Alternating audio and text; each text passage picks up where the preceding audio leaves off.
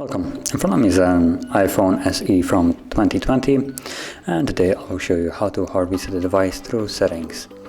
So to get started, let's open up our settings app, and from here scroll down to General and down to Reset, and you will have Erase all content and settings, Erase phone, Erase iPhone.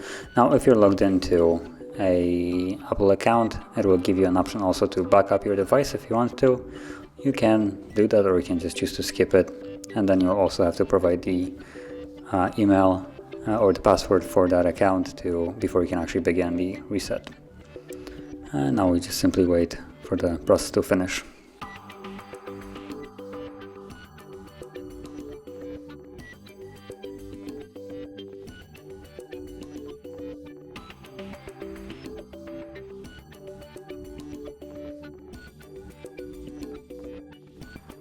As you can see, now the process is finished, and you can set up your device as however you like.